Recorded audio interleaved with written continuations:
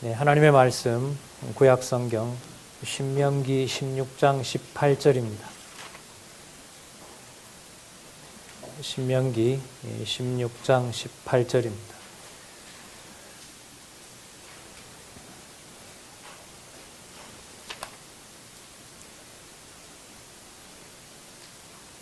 제가 읽겠습니다.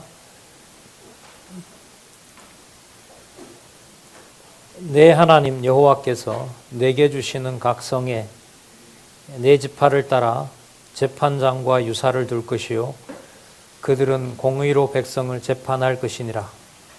너는 굽게 판단하지 말며 사람을 외모로 보지 말며 또 뇌물을 받지 말라. 뇌물은 지혜자의 눈을 어둡게 하고 의인의 말을 굽게 하느니라. 너는 마땅히 공의만 쫓으라. 그리하면 내가 살겠고 내 하나님 여호와께서 내게 주시는 땅을 얻으리라. 네, 20절까지 같이 봤습니다. 우리 준비된 개론 잠시 살펴본 다음에 계속해서 본문 말씀을 같이 보도록 그렇게 하겠습니다. 우리 양쪽 가로 일단 3회 보시면은 앞부분 화면 좀 부탁합니다.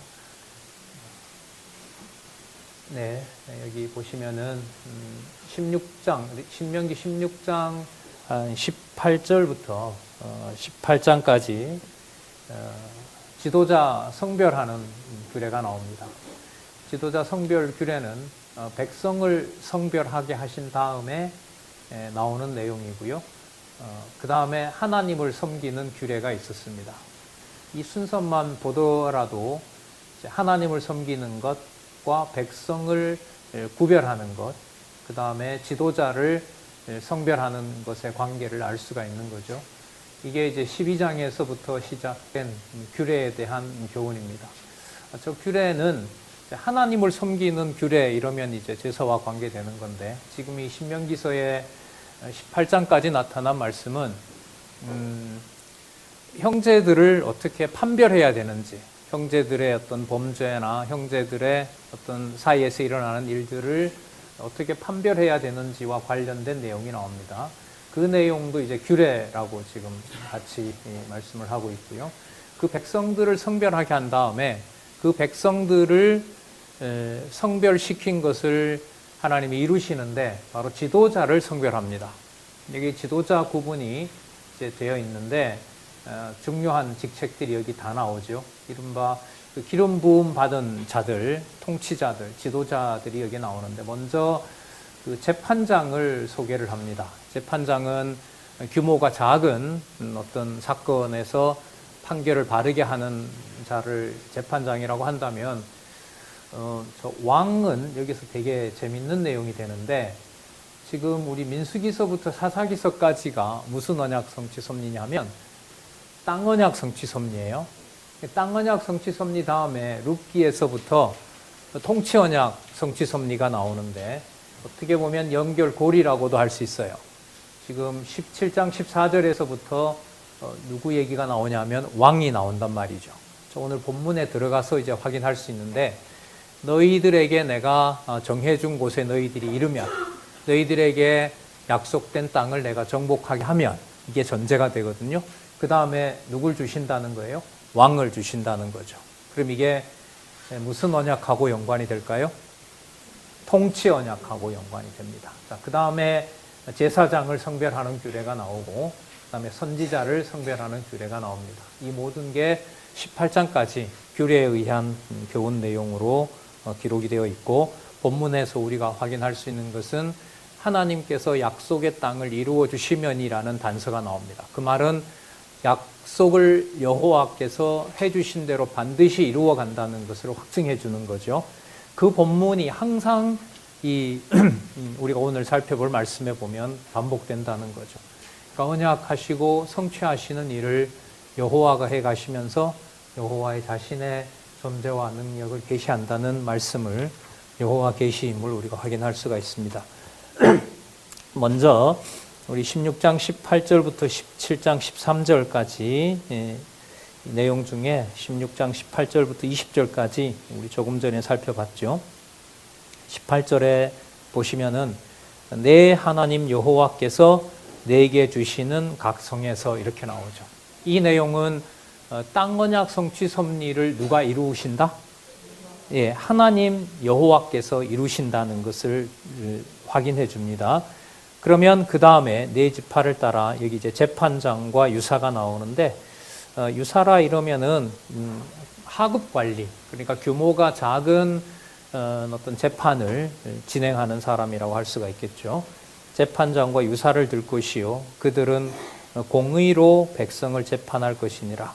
공의는 정당하게 하나님께서 재판할 수 있는 그 방법까지 레위기나 민수기, 레위기서에 다 알려줬죠. 거기에 따라서 이제 재판하게 된다는 거고요. 자, 19절에 보면 유의하는 내용이 뭐냐면 판단을 굽게 하지 말라고 얘기를 합니다. 그러니까 자기 기준대로 재판하는 사람이 하면 안 되겠죠.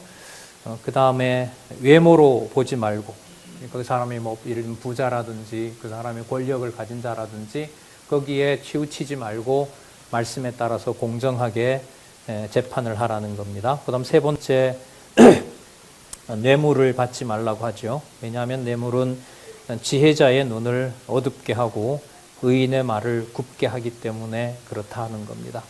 그러니까 뇌물은 하나님의 법을 자기가 이용하기 위해서, 사용하기 위해서 바로 뇌물을 가지고 그 말씀을 혼탁하게 하는 거죠. 뭐 일반 사회에서도 그렇지만 기독교에서 종교 타락의 가장 심각한 부분이 바로 성직에 대한, 직분에 대한 매관 매직이죠. 바로 그런 걸로 보면 그 매관 매직은 바로 뇌물하고 바로 직결이 되는 겁니다. 누구에게 이제 잘 보이는 거죠. 물심양면으로 누구의 수족이 되고 누구의 편이 되고 당파가 이루어지고, 그러면 진리를 그대로 받아들이기가 어려워지는 겁니다. 나중에 이제 가나안 땅에 들어가서 북쪽 이스라엘이 망할 때도 그렇고요, 남쪽 유다가 망할 때도 그렇고 왕, 제사장, 선지자가 다 타락합니다. 오늘도 나올 텐데 왕은 말씀을 등사해서 항상 그 말씀을 배우라고 하거든요. 그럼 누구로부터 배우냐 하면 제사장으로부터 배우는 겁니다. 그러면 이제 제사장이 자기 몫을 못하게 되면 왕이 말씀에서 멀어지는 거고요. 그리고 우리 예레미야 선지자 예로 알지만은 하나님이 보낸 선지자에 관심이 없으면 왕은 그 선지자를 죽이려고 하는 겁니다. 그리고 자기가 듣기 좋아하는 자기의 이야기를 들어주는 신하들을 중심으로 통치를 하게 됩니다. 남쪽 유다가 세 차례에 걸쳐서 20년 동안 패망할 때 그 부패의 바로 큰 줄기는 선지자, 왕, 제사장이 부패하는 거죠. 장차 오실 이제 그리스도가 이 모든 걸 회복해 주셔야 되는 거죠. 기름 부음 받은 자, 선지직, 왕직, 제사장직을 그리스도가 완성하실 것에 대한 예표로서의 모형자임이 틀림없는 겁니다. 20절에 보시면은요, 너는 마땅히 공의만 쫓으라. 자, 의로움만 쫓으라는 겁니다. 의는 말씀하고 바로 직결이 되는 거죠. 그리고 그리하면 보다가 1143페이지에 보면 뭐뭐 하기 때문에, 뭐뭐 하기 위하여라는 말씀으로 다시 번역을 해놨습니다. 자, 너희는 마땅히 공의만 쫓으라. 왜냐하면 이거예요. 왜냐하면 너희가 가나안 땅에 들어가서 살아야겠고, 그 다음에 또 하나, 내 하나님 여호와께서 내게 주시는 땅을 얻어야 되기 때문에 그렇다. 여기에서 죄송합니다. 감기 걸려가지고 기침을 한번 하고 하겠습니다. 끄고.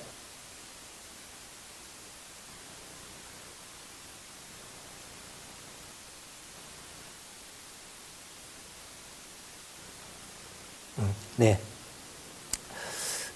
내가 살아야겠고, 그리고 내 하나님 여호와께서 내게 주시는 땅에서 그 땅을 얻기 때문에, 그러면 이 말씀은 여기 보면 주어가 누가 나와 있냐면 내 하나님 여호와가, 그러니까 내 하나님 여호와가 하실 것이고 내 하나님 여호와가 그것을 이루신다라는 말씀이 이 단락에 잘 나와 있죠. 거기서 내가 살아야 되겠고 약속의 땅을 주셨으니까 거기에서 살고 거기에서 땅을 차지하게 되고 앞으로 요단 동편 땅은 다 정복을 했잖아요. 그리고 아직 7지파 반이 남았는데 그 지파를 이른바 가나안 족속들을 멸하면서 땅을 정복하게 된다는 말씀인 겁니다. 그러면 요 단락으로 보면 이 제목, 이 단락 구분이 맞는 거죠. 쭉 올라갔을 때 두 번째 언약에 해당하는 민수기에서부터 사사기에 해당하는 무슨 언약 성취 섭리가 맞다? 땅 언약 성취 섭리가 맞다. 신명기의 이 단락의 특징은 매 단락마다 지금 이런 표현이 나옵니다. 내 하나님 여호와께서 내게 주시는 각성에서 혹은 내 하나님 여호와께서 내게 주시는 땅에서 이렇게 나옵니다.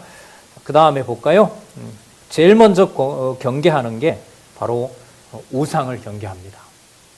그리고 우상을 경계하는 것과 함께 불결한 제물을 드리지 말라고 명하는 내용이 나옵니다. 21절에 보면 내 하나님 여호와를 위하여 쌓은 단 곁에 아무 나무로든지 아세라상을 세우지 말고 자기를 위하여 주상을 세우지 말라. 내 하나님 여호와께서 미워하시느니라. 법이라는 게 하나님 기준의 선과 악을 알려주는 거죠. 그리고 그 계명의 첫 번째 계명이 나 외에 다른 신을 두지 말라. 여호와 하나님의 이름만 부르게 하시는 것이 세 가지 언약이고 그것을 이루는 데 목적이 있는 거기 때문에 바로 다른 신을 섬긴다는 것은 하나님이 제일 미워하는 겁니다. 그리고 다른 신을 섬기지 못하도록 그 방법도 여호와 하나님이 쓰시는 거예요. 부패하도록 이미 우리 지나왔죠? 레위기 26장에 보면 이 땅에 들어가서 이미 뭐 하기로? 불순종하기로 약속이 되어 있죠. 나중에 27장 이후로 28장에서부터 34장에 보면 복과 저주를 다시 언약을 합니다. 그게 사사기에서 이루어지고 열왕기에서 이루어지고 그 다음에 말라기까지 그게 이루어져요. 그 사이에 여호와의 이름은 인간의 부패에도 불구하고 누가 보존하신다? 여호와께서 여호와의 방법으로 보호하신다는 겁니다. 그래서 나중에 선지서에 보시면 나오지만은 계명을 나 외에 다른 신을 두지 말라는 계명을 내가 관리한다는 거죠. 그래서 나중에 말라기 가면 다 닫으라 그러잖아요. 다 닫아버리고 이제는 내가 메시아를 보내서 올바른 지도자를 세워서 내 이름을 내가 보존하겠다는 말씀을 해주시는 겁니다. 그 다음에 만약 우상이나 또 천체를 그러니까 피조물을 숭배하게 되면 죽이라는 내용이 여기에 나옵니다. 볼까요? 17장 2절에서부터 7절 다른 신이나 천체에게 절한 남녀를 죽이라고 명합니다. 자, 2절도 똑같이 설명을 하고 있습니다. 내 하나님 여호와께서 내게 주시는 어느 성 중에서 그러니까 매 사건마다 무엇을 약속해 주세요? 땅 언약 성취 섭리를 약속해 주는 거죠. 그러니까 이 땅에 예루살렘에서부터 복음이 땅 끝까지 전해지는 방식과 시기와 어떤 특정한 장소에 어느 정도의 하나님의 통치가 그리스도의 통치가 임하느냐는 것은 전적으로 하나님이 정해놓은 겁니다. 그게 보이지 않으면 이제 사람의 방법을 사용하게 되는 거죠. 그리고 진리의 말씀으로 인도해 주지 않으면 바로 인간이 세우는 교회가 되고 인간이 세우는 교회는 바른 교회가 아니죠. 그야말로 적그리스도가 되는 겁니다. 자, 볼게요. 너희 가운데 혹시 어떤 남자나 여자가 내 하나님 여호와의 목전에 악을 행하여 그 언약을 어기고 가서 다른 신을 섬겨 그것에게 절하며 내가 명하지 아니한 1월 성신에게 절하자 하자. 혹이 그 일을 내게 고함으로 내가 듣거든 자세히 사실하여 볼지니 만일 그 일과 말이 확실하여 이스라엘 중에 이런 가증한 일을 행함이 있으면 너는 그 악을 행한 남자나 여자를 내 성문으로 끌어내고 돌로 그 남자나 여자를 쳐 죽이되 죽일 자를 2사람이나 3사람의 증거로 죽일 것이요 한 사람의 증거로는 죽이지 말 것이며 이게 보복이 될 수 있으니까요. 사적 원한으로 죽이는 일이 될 수 있기 때문에 이런 자를 죽이면은 증인이 먼저 그 손에 손을 댄 후에 무백성의 손을 댈지니라. 너는 이와 같이 하여 자, 결론을 볼까요? 너희 중에 뭘 제할지니라? 악을 제할지니라. 그럼 이제 악과 아까 우상을 경계하는 것, 이게 바로 하나님의 선인 거고 악을 숭배하는 것이 악이라는 사실을 알 수가 있는 겁니다. 이 해석을 현대에 바로 가지고 오면 어떤 일이 벌어질까요? 예? 전 교회가 세계교회가 맨날 돌로 이런 일이 벌어져요. 근데 우리가 이게 웃을 일이 아닌 게 중세에 로만 카톨릭이 200년 동안 십자군 전쟁을 치르면서 이 구절을 씁니다. 이 구절을. 그러니까 목적은 예루살렘에 가서 또 이스탄불에, 터키의 수도 이스탄불에 가서 거기에 동로마 제국이 있었잖아요. 보물을 빼앗는 게 목적이었는데 명분이 있어야 되잖아요. 그럼 어디에 있는 명분을 쓰냐면 여호수아가 진멸하라고 한 내용이나 지금 이런 경우, 이런 말씀을 골라서 말씀대로 합니다. 지금 이 해석이 여러분 쉬울까요? 어려울까요? 한번 돌아가시면서 다 해석을 한번 해보실래요? 네. 이 성경 해석이 이런 면에서 너무너무 중요한 겁니다. 네. 그럼 지금 돌로 안 죽이면 그냥 놔두면 되나요? 아빠 나 다음 주에 굿할 거야 이러면 그래 해라 그래야 돼요? 자, 이게 그래서 이런 걸 알고 있기 때문에 주일날 이른바 설교나 이런데 구약 강의를 신명기나 이런 부분 강의를 할까요? 못할까요? 이거 하기 힘듭니다. 제가 초등학교 6학년 때 저희 교회 뒤에 성황당이 있거든요. 그 부흥회가 끝나서 성령이 충만했어요. 제가 부흥 강사가 막 해서 막 금식도 하고 중학교 때인 것 같아요. 겨울 방학 때 끝나자마자 제가 톱을 가지고 가서 성황당에 있는 나무 내 키에 닿는 걸 잘랐어요. 자르다가 발각이 됐어요. 이놈의 자식 누가 하더라고요. 그래서 집으로 도망을 갔어요. 모르겠어요. 나중에 저희 아버님이 사과를 했는지 안 했는지 모르겠지만 그 동네 기물이니까. 왜냐하면 우상을 파괴해도 된다고 하고 기드온 보니까 뭐 하죠? 기드온 어떻게 합니까? 기드온 모르세요? 기드온 우상 그 다 때려 부시잖아요. 그죠? 그런 것도 배웠고 그래서 잘랐죠. 저 잘한 거예요? 못한 거예요? 이런 구절들 많습니다. 그리고 구약을 그야말로 실천의 법으로 씁니다. 그리고 이게 유대인들이 아직 돌아오지 않았잖아요. 예수를 그리스도라고 믿지 않아요. 그러면 팔레스타인인들을 지금 전쟁 중이잖아요. 죽일 때 무슨 명분을 가지고 죽일까요? 종교적 명분을 가지고 죽여요. 자기네들은 종교적 명분으로 신의 이름으로 죽였고 세계 여론은 진짜 나쁜 놈들이라고 또 욕을 하고 있는 거예요. 전반적인 세계 여론은 이스라엘을 욕하고 있는 거죠. 자, 여기에서 이 재판을 이렇게 하라고 하는 이 말씀을 신앙적으로 해석을 하지 않으면 이거는 큰 난제가 되는 겁니다. 예. 그러면 지금 이게 여러분 땅 언약과 연관되어 있잖아요. 또 자선하고도 연관이 되어 있습니다. 그럼 여기에서 이제 이 법을 누구에게 주는 거죠? 상세하게는 말하지는 못하지만 큰 틀에서 일단 말씀하고 계속해서 이제 고민을 좀 하면서 공부를 해가도록 하죠. 이 모든 것을 그리스도가 다 이루셨다. 그렇게 한마디로 퉁치기에는 디테일한 부분이 너무 많기 때문에 이 부분에 대한 해석이 필요합니다. 네.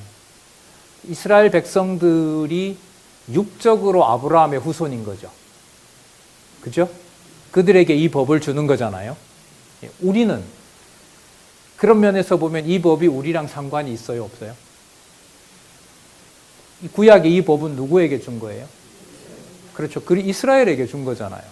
우리는 이 법을 받은 적이 없어요. 그러나 그리스도를 통해서 이걸 이제 말씀으로 연관을 짓게 되면 이 법은 우리와 무관한 게 아니라 어떻게 돼요? 관계가 되는 거예요.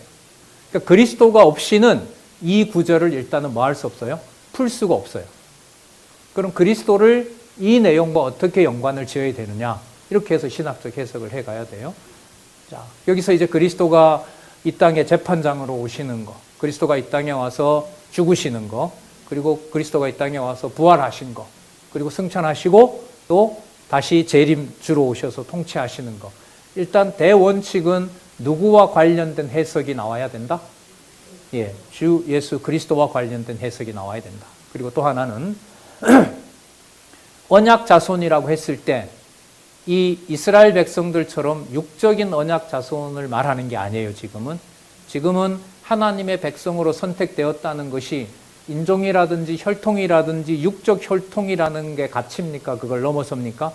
넘어서는 겁니다. 아까 첫 번째, 누가 통치하신다는 원리가 필요해요? 그리스도가 통치하시는 거예요. 그러면 이제 세 번째, 이 법을 그리스도는 어떻게 해석하셨는가를 보셔야 돼요. 그리스도가 오셨을 때도 우상 섬기는 자들이 많았죠. 유대인들에 대해서 책망하시고 성전까지 예수님이 뭐 하라고 하셨어요? 허물어 버리라고 얘기를 하셨죠. 그러면 예수님께서 우상을 섬기는 것에 대해서 예수님이 어떻게 이걸 처벌하셨는지를, 벌하셨는지를 살펴봐야 돼요. 예수님이 오셨을 때 복음서에서 보면 대적하는 자들을 예수님이 군대를 모아서 예루살렘 성전도 우상이잖아요. 결국은 모형을 섬기고 있으니까 가서 예수님이 그걸 다 불태워 버렸을까요? 다 없애버렸어요? 근데 그것도 그렇지 않은 게 나중에 예수님은 예언을 하셨어요. AD 70년에 예언하신 대로 돌 하나 돈 위에 돈 놓이지 않고 전부 어떻게 됩니까? 사실 다 없앴습니다. 근데 예수님이 군사를 동원해서 불을 지르고 파괴하고 하셨어요? 아니죠. 그러니까 여기서 이제 이 고민을 하셔야 되는 거예요. 그러니까 악에 대해서 예수님이 당신이 대속주로 오셨기 때문에 다 해결해 준 게 아니에요. 자, 예수님이 이 신명기를 포함해서 전부 구약의 율법인데 이 법에 대해서 예수님이 어떻게 말씀하셨는지를 우리가 살펴볼 필요가 있어요. 이에는 인으로, 눈은 눈으로라는 게 신명기에 나오거든요. 출애굽기에도 나옵니다. 근데 예수님이 말씀을 어떻게 바꿔버려요? 해석을? 율법에는 이에는 이, 눈은 눈으로라고 했지만 예수님은 어떻게 얘기하세요?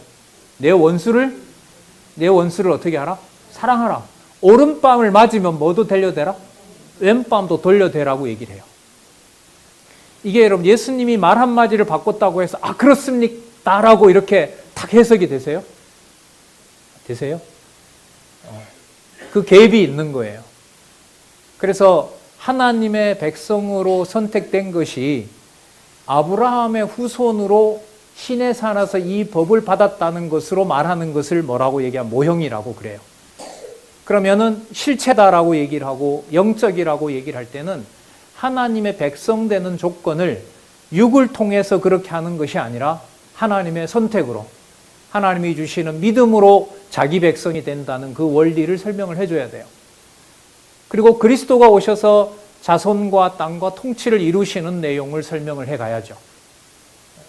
예수님이 오셔서 화 있을진저 이러면서 하나님 우상 섬기는 것에 대해서 질타하고 정죄하고 아까 말씀드린 것처럼 예루살렘 성을 다 회파시키는 거지만 예수님이 칼과 창을 동원해서 그 모든 것들을 치우거나 사람을 죽이거나 그렇게 하셨어요? 안 하셨어요?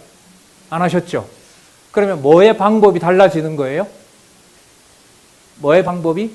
예수님이 칼과 창을 들고 하셨다면 우리도 어쩌면 할 수가 있어요. 예수님이 그렇게 직접 하셨으니까. 그런데 예수님이 오셔서 심판하시는 것을 어떤 방식으로 하셨냐 하면 칼과 창으로 하신 것이 아니라 단지 뭐만 하세요? 예언만 하시죠. 뭐만 하세요? 말씀으로 약속만 하시는 거예요.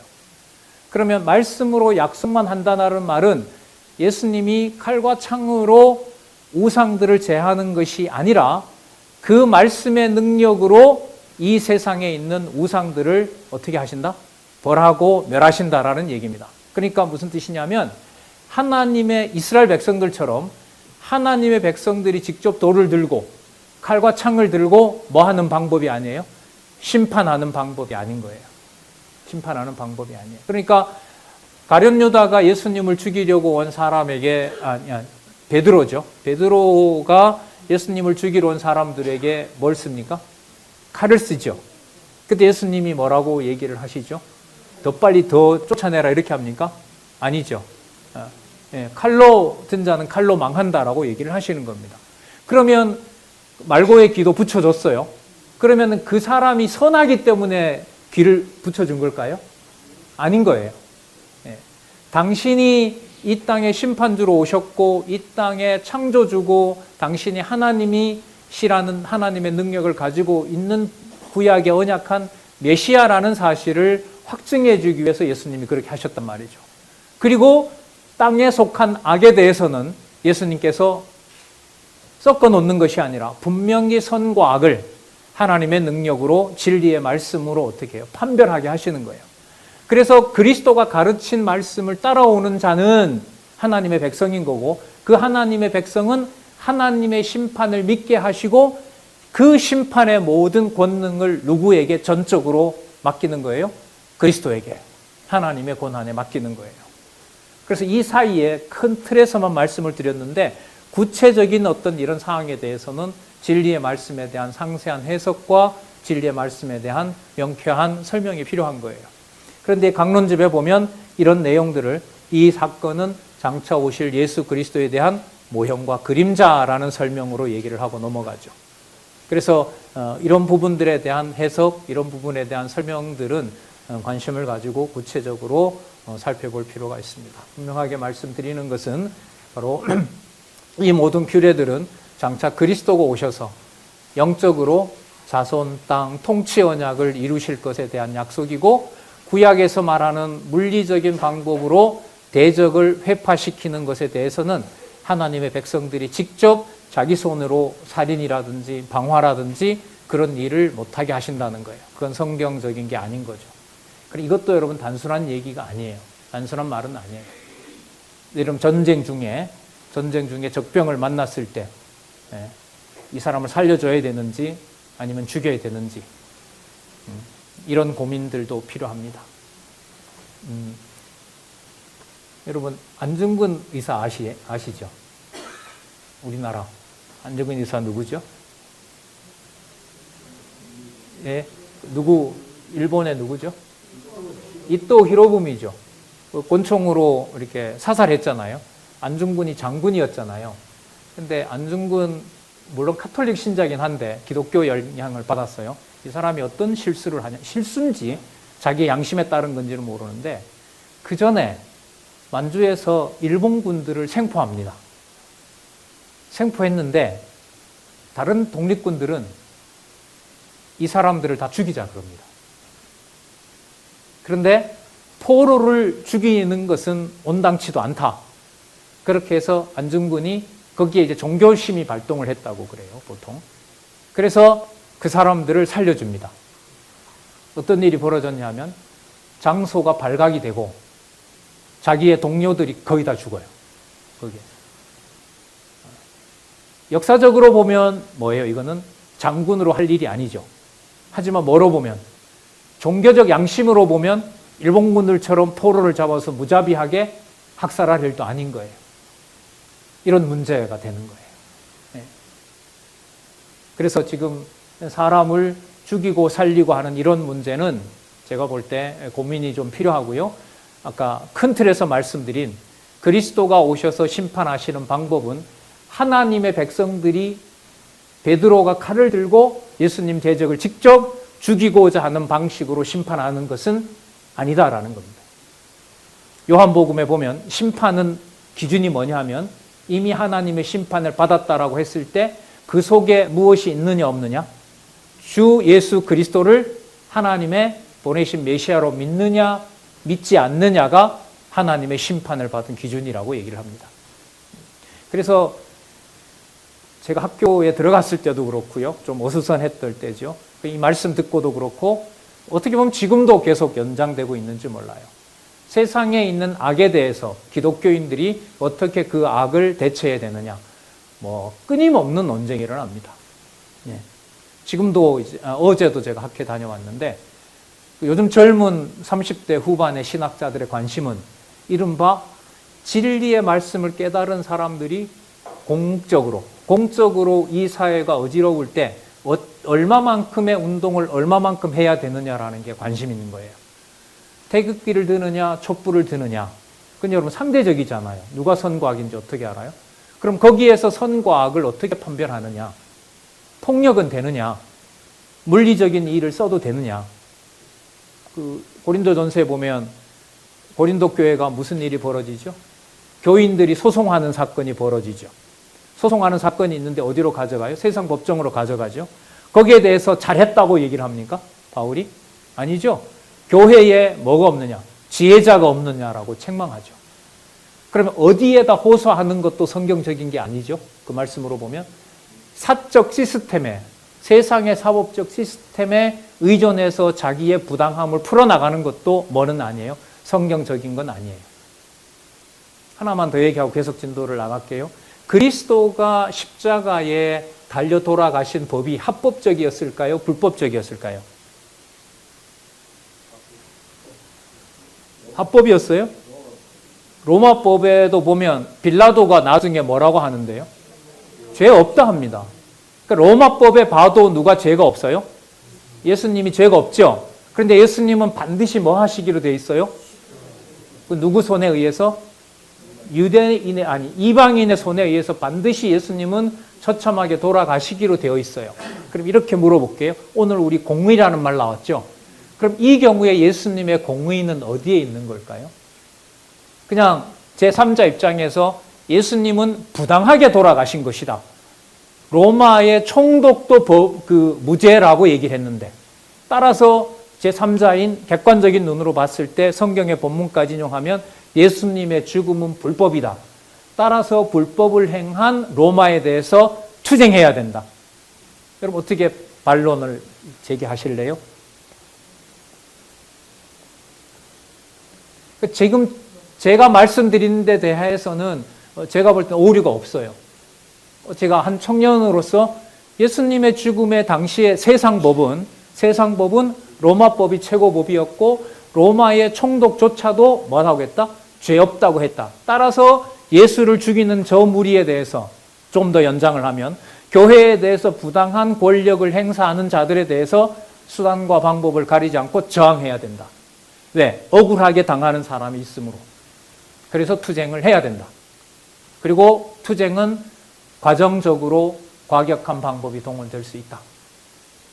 아니라고 어떻게 대답을 해야 될까요? 제가 볼 땐 해석을 하면 또 다른 반론이 생깁니다. 그래서 제가 아까 말씀드린 게, 그런데 예수님은 뭐 하실 수밖에 없어요? 십자가에 죽으실 수밖에 없어요. 그럼 이건 무슨 문제를 넘어서는 거죠? 세상에서 말하는 부당함의 문제를 넘어선 법이 있는 거예요. 그게 그리스도의 법이에요. 그 그리스도의 법이 어떤 거냐고요? 이제까지 공부 많이 안 하셨으니까 우리 강론집, 우리 어떤 집사님처럼 매일매일 정해놓고 확인해 가시고 이렇게 또 기회가 됐을 때 같이 공부해 가셔야 돼요. 쉬운 문제는 아니죠, 사실. 그래서 그리스도가 오셔서 이루실 법은, 또 예수님이 나중에 법을 폐하러 왔다 그랬어요? 아니면 완성하러 왔다 그랬어요? 완성하러 왔다 그랬죠. 그럼 완성하러 왔다는 의미는 그 성경에도 나옵니다만은 우상 숭배를 유대인의 입장에서는 이 정도면 우상 숭배가 아니라고 생각했는데 예수님은 그보다 더 엄격하게 뭐라고 얘기를 해요? 우상 숭배라고 얘기를 하는 거예요. 하나님을 섬기는데 자기 하나님께 드리면 된다라고만 얘기를 하고 부모를 공양해야 되는 일을 소홀히 했어요. 부모를 도와야 되는 일이 십계명에도 있잖아요. 내 부모를 뭐 하라? 공경하라는 말씀도 있거든요. 그러면 내 부모를 공경하기 싫으니까 하나님을 섬기라고 하는 외형적인 법을 갖다가 쓰고 부모는 소홀히 하게 돼요. 그러니까 예수님이 이걸 지적하잖아요. 하나님께 바치기만 하면 됐다. 고르반이라고만 하고 누구는 홀대해요? 부모를 홀대하죠. 여러분 율법에 의하면 부모를 홀대하면 뭐 하게 됩니까? 돌로 들어 죽여야 돼요. 그럼 예수님이 오셔서 그렇게 율법을 이용하면서 자기 부모를 섬기지 않는 데 대해서 그 율법을 더 뭐 하신 거죠? 엄격하게 적용을 한 거죠. 하나를 어기면 어떻게 된다? 다 어기게 된다. 따라서 율법은 지킬 수가 없는 것이다. 율법을 지킬 수가 없는 것이다. 그래서 그 율법을 지킬 수가 없다고 하니까 그러면 우리가 의의를 어떻게 얻습니까? 라고 질문을 하잖아요. 그럴 때 예수님이 하신 말씀은 내가 법이다라는 거죠. 그러면 내가 법이다라고 하는 것은 누구 입에서 나오고 기록된 말씀이 법인 건가요? 그리스도가 말씀하시고 그 말씀을 우리가 기록한 게 아니잖아요. 성령께서 오셔서 감동으로 기록한 말씀이 되면서, 여기서 또 중요한, 여기 되면서 마태복음부터 요한계시록에 성령을 통하여 기록한 말씀으로 창세기부터 신명기도 들어가는 구약을 누구의 일로 다 해석하는 거예요? 그리스도에 관한 일로 다 해석을 해야 돼요. 그래서 이 성경 강론집은 창세기부터 말라기까지를 누구에 관한 일로 다 해석을 해가고 있어요? 그리스도에 관한 일로. 그래서 강론집 1권에 보면 구약의 창세기 1장 1절에서부터 그 근거가 나오잖아요. 요한계시록과 연관해서 전부 누구의 일로? 장차 오실 메시아의 언약으로 해석하고 있는 거예요. 그런 아주 조화로운 균형이 여러분들 보고 계신 바로 이 강론집이에요. 제발 읽으셨으면 좋겠어요. 자세히는 모르지만 이런저런 불편함들이 있잖아요. 포항성진교회에. 강론자로서 간곡하게 부탁드리고 싶은 것은 상황을 초월해서 강론집을 꼼꼼하게 읽으면서, 오늘 제가 한 달에 한 번 와서 오늘 이 심각한 질문을 던지잖아요. 저는 질문을 던졌는데 여러분들의 관심은 딴 데 가 있다고 하면 너무 슬프지 않아요? 선생은 이거 강조하는데 그거 공부 안 하고 시험 쳐요. 그럼 빵점이죠. 명령은 아닙니다. 명령은 아니라는 걸 저는 최소한 그래도 알고 있으니까. 하지만 이 말씀에, 오늘 던져주는 이 말씀도 심각하게 고민해야 될 문제들이라고 생각을 합니다. 예를 들면 여러분들 손자나 손녀가, 자녀들이 아빠 돌 들어야 돼 말아야 돼? 제3의 그리스도에 대한 해석을 못하면 답을 내릴 수가 없죠. 없어요. 그렇게 호락호락한 말씀이 아니기 때문에. 그래서 큰 틀에서 말씀을 드렸고, 이 모든 법을 그리스도가 어떻게 해석하시는지 그 모든 해석은 마태복음에서부터 요한계시록까지 잘 나와 있죠. 자, 그 문제들을 감싸 고민을 해보시면서 같이 공부를 해가도록 하겠습니다. 그러나 여러분, 아까 17장 7절에 보면 너는 이와 같이 하여 너희 중에 뭘 제하라? 악을 제하라. 그럼 이건 구약시대 때 예수 그리스도가 오셔서 선과 악을 뭐할? 재판할 것에 대한 약속을 모세에게, 이스라엘 백성들에게 해주고 있는 거죠. 그러면 뭐는 변함이 없어요? 하나님 기준의 선과 악을 누가 알려주신다? 여호와 하나님이 알려주신다. 신약시대에는 누구를 통해서? 성취된 그리스도가 세워놓은 법을 통해서. 그 완전케 하신 법 아래서는 어느 누구도 육신적인 이런 행위로 의롭다함을 받을 수가 없는 겁니다. 그럼 그 의의 원천이 뭐냐? 의의 기준이 뭐냐? 하늘에서부터 하나님의 자녀들이 유대인이라고 해서, 이방인이라고 해서 그런 어떤 육신적 조건으로, 외모로 하나님의 자녀 삼는 것이 아니다라는 사실. 그럼 외모가 아닌 백성들은 어떻게 하나님께 선과 악을 분별하느냐? 말씀밖에 없는 거죠. 매일 양식을 안 먹으면 몸에 탈이 나는 게 분명한 것처럼 매일매일 하나님의 양식을 우리가 공급받지 않으면서 하나님의 악을 제하면서 살아간다. 이건 허구죠. 말이 안 되죠. 그래서 저는 늘 이렇게 진짜 기도하고 간절한 게, 저도 뭐 여러분들 다 각자 고민이 없는 분이 없겠지만 저 나름대로도 있잖아요. 아무리 정신이 사납더라도 말씀 한 달락이라도 볼 수 있는 여유를, 그게 무엇으로? 양식으로 볼 수 있는 여유는 하나님 좀 주십시오. 그래서 저는 이렇게 막 어떤 힘든 일이 있을 때 그 다음 날이 강론하는 날인 걸 좋아해요, 요새는. 왜요? 어쩔 수 없이 뭘 봐야 되니까. 보고. 영 아니면 못 하는 거죠. 영 아니면 뭐 아프거나 뭐 더 이렇게 혼탁해지면은. 그런데 적어도 화요 강좌 같은 경우에 3시간 해야 되잖아요. 몇 시간 해야 될까요? 적어도 5-6시간 해야 되거든요.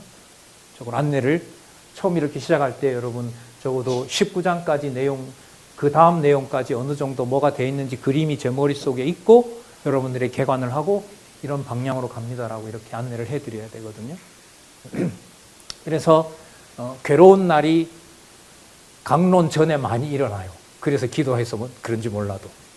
말씀을 양식으로 안 보면 안 되는 그런데 그 여러분 다 경험이 있으시겠지만 그 말씀 볼 때 모든 상황이 딱 누워서 편안하고 평안한 그런 상태여서 말씀 보세요? 아니죠. 얼마나 복잡하고 진짜 혼돈된 상황이 있습니까? 그럴 때 말씀을 보게 하잖아요. 이스라엘 백성들 같은 경우에 저 가나안 7족속을 언제 누가 점령을 해? 거기다 두고 염려하지 말라. 그래서 매 달락마다 누가 뭐 하는 땅에 가면 내 하나님 여호와가 인도하는 땅에 가면 내 하나님 여호와가 정복하게 하는 땅에 가면 내가 그렇게 했으므로 나를 들어라. 내가 기록한 이 말씀을 왕들은 등사해서 머리에다 두고 항상 읽도록 해라. 그럼 지금으로 말하면 변함없는 게 기록한 완성된 하나님의 말씀, 하늘에 속한 성령 감동으로 기록된 말씀이 여러분들과 저에게 상황을 초월해서 그 말씀을 듣게 해주신다는 거죠. 이보다 더 큰 복은 없는 거죠.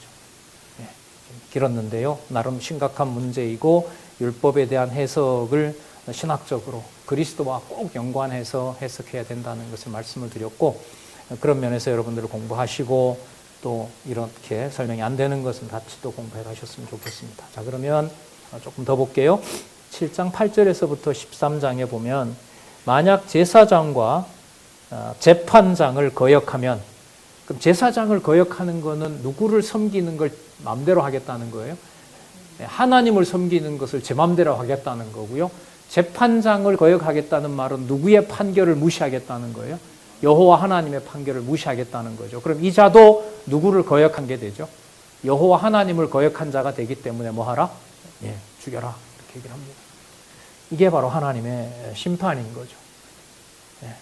그러니까 진리의 말씀이 믿어지고 믿어지지 않게 하는 거가 심판에 얼마나 중요한 것인가를 같이 한번 고민해 보셨으면 좋겠어요. 내 성중에서 송사로 다투는 일이 있을 때 서로 피를 흘렸거나 다투었거나 구타하였거나 하여 내가 판결하기 어려운 일이 생기거든 너는 일어나 내 하나님 여호와의 택하실 곳으로 올라가서, 자, 이게 보면 재밌어요. 땅 언약 성취 섭리를 하는 그곳에서 하나님은 살아있다는 일을 아까 말씀 써볼게요. 악을 제해요. 악을 제하려면 무슨 일이 필요해요? 선과 악을 제하는 상황이 펼쳐지는 거예요. 그럼 거기에 재판장과 제사장을 통해서 무엇을 선포해요? 말씀을 선포하게 하세요. 그러면 그 말씀을 듣는 자는 하나님의 말씀에 따라서 악을 제하게 되는 거고요. 자기의 이익 손해를 초월해서 그걸 무시해버리는 자는 신약시대로 말하면 하나님의 말씀을 거부하는 거기 때문에 누구의 심판 아래에 있는 거예요? 하나님의 심판 아래에 있어요. 그래서 여러분, 우리가 평상시에 얘기하지만 말씀이 믿어지느냐 믿어지지 않느냐는 것은 하나님의 심판의 현장입니다. 어느 경우는 되고 어느 경우는 안 되고가 아니에요. 우리의 모든 생활이 그래요. 무의식 중에도 죄 있는 게, 여러분 꿈 꾸보셨잖아요. 여러분 꿈이 내 마음대로 컨트롤이 돼요, 안 돼요? 안 되잖아요. 그건 나의 의지와 상관없어요. 하지만 누구 의식 속에서 생기는 누구 모습이에요? 내 의식 속에서 생기는 내 모습이라고요. 별 희한한 꿈 다 꾸잖아요. 예? 예. 한 가지 예를 얘기하려고 했는데 저희 집에 얘기를 하지 말라고 강력하게 경고를 했기 때문에 제가 안 하고 제 얘기를 하겠습니다. 청소년 때 이럴 때 여러분 사춘기 때 그 팔팔한 몸을 가지고 잠자다 보면 여러분 실수하잖아요. 또 이상한 꿈도 꾸거든요. 예? 낮에 봤던 여학생 얼굴도 생각나고, 그게 아침에 일어나면 괴롭죠. 부흥회 때 가서 기도하고. 저만 그런 거 아니죠. 다 거룩한 꿈 꾸세요? 천국 간 꿈? 머리 아프시죠? 왜? 그 꿈속에 형제를 미워하고 증오하고 죽이는 꿈까지, 내가 죽임을 당한 꿈까지, 뭐 가히 눌림이라고 하죠. 여러분, 그게 사실 다 놓고 보면 누구 중심의 사건들이 일어나요? 누구 중심에서 좋고 나쁜 일이 다 일어납니까? 그렇죠. 그러면 무의식도 그렇다면 의식은 얼마나 교묘하게 자기 선악을 정당화하겠어요. 아론 우리 지나왔잖아요. 모세가 왜 그랬냐라고 하니까, 야, 금 모았는데 던지니까 송아지가 나오더라. 그게 말이 돼요? 왜 먹었냐? 아담한테 물었죠. 아담이 뭐라 그러죠? 하나님이 나와 함께한 여자가 주니까, 그러니까 누가 주니까 생긴 일이다? 누가 아담, 하와 달라 했습니까? 당신 만들어 놓으니까 생긴 일이죠. 전체적인 한국 분위기가 그렇게 얘기를 해요. 사과가 없는 시대라고 얘기를 해요. 일은 분명히 적어지고 수백 명이 죽었는데 사과하는 사람이 없다는 거예요. 변명이 늘어나고 있는 거죠. 그리고 악해져서 법대로 해라. 법대로 해라. 그러니까 교회 문제에 대해서 이렇게 해서 법대로 하겠다고 얘기했다는 거예요. 그래서 제가 바로 대꾸했죠. 그 교회와 무관한 거예요. 그건 교회 나와서 할 일이 아니에요. 그래서 악을 제하는 일에 대해서 하나님의 말씀을 그대로 따라 받는 것이냐, 내 부모가 아깝다고 내 부모는 소중하니까 뭐 하지 않는다? 돌을 들어서 내가 안 죽이고 남의 부모하면 내가 때려 죽여요? 말이 안 되는 거예요. 여러분, 이것보다 더 무서운 게 여러분들과 저에게 말씀을 듣게 하느냐 못 듣게 하냐라는 고민을 해보셨는지 모르겠습니다. 예수님도 얘기하셨죠. 라가라 하는 자마다 이미 뭐 했느니라? 네, 살인했다. 여자를 보고 음욕을 품는 자마다 이미 간음했다. 제가 보수교단에 해당하는 그 선교단체에 들어갔는데 이걸 가지고 밤새도록 토론을 했어요. 손 잡는 거는 간음이냐 아니냐. 어깨에 손을 얹는 건 안 된대요. 안 되고 뭐까지는 잡아줄 수 있다. 등산을 갔는데 개울을 건널 때 뭐는 잡아줄 수 있다. 손은 잡아줄 수 있다. 그러니까 뭘 해도 된다? 손은 잡아도 된다. 20대 청년들이 앉아가지고 그 논의를 밤새도록 하는 거죠. 그러면 다시 성경을 펼쳐보니 손을 왜 펼쳐요? 내보다 연약한 여자고 내 마음에 드는 자니까 이미 뭐 했느니라? 에이, 설마 그 정도까지는 아니겠죠. 여러분, 그보다 더 무서운 법이 우리에게 주신 어느 세계 교회사에도 없었던 창세기부터 요한계시록까지 기록한 모든 말씀이 누구 기준의 선과 악이다? 영원하신 하나님의 선과 악이다. 따라서 말씀이 믿어지느냐 믿어지지 않냐라고 하는 것은 하나님의 신령한 백성들의 죽느냐 사느냐 문제와 직결된다고 생각합니다. 이럴 때 말씀이 뭔 소용이 있어? 배워도 뭔 소용이 있는데, 참 저는 이 말 많이 들었거든요. 저는 그 말은 많이 하진 않은 것 같아요. 근데 따지고 보면 속으로 이 정도 배웠는데 왜 이것도 해결 못하지? 이것도 극복 못할까? 그 말은 내가 많이 배웠으니까 나는 얼마든지 뭐 할 수 있다? 이 괴로움을 내가 떨쳐버릴 수 있다. 그러면 법당으로 가면 돼요. 네, 거기는 욕심을 비워서 자기가 뭐 할 수 있으니까, 마음의 평안, 해탈을 얻을 수가 있으니까. 기독교는 아니죠. 예. 서론이 좀 길었는데요. 이런 문제가 여러분 이 규례 문제 끝까지 계속 나와요.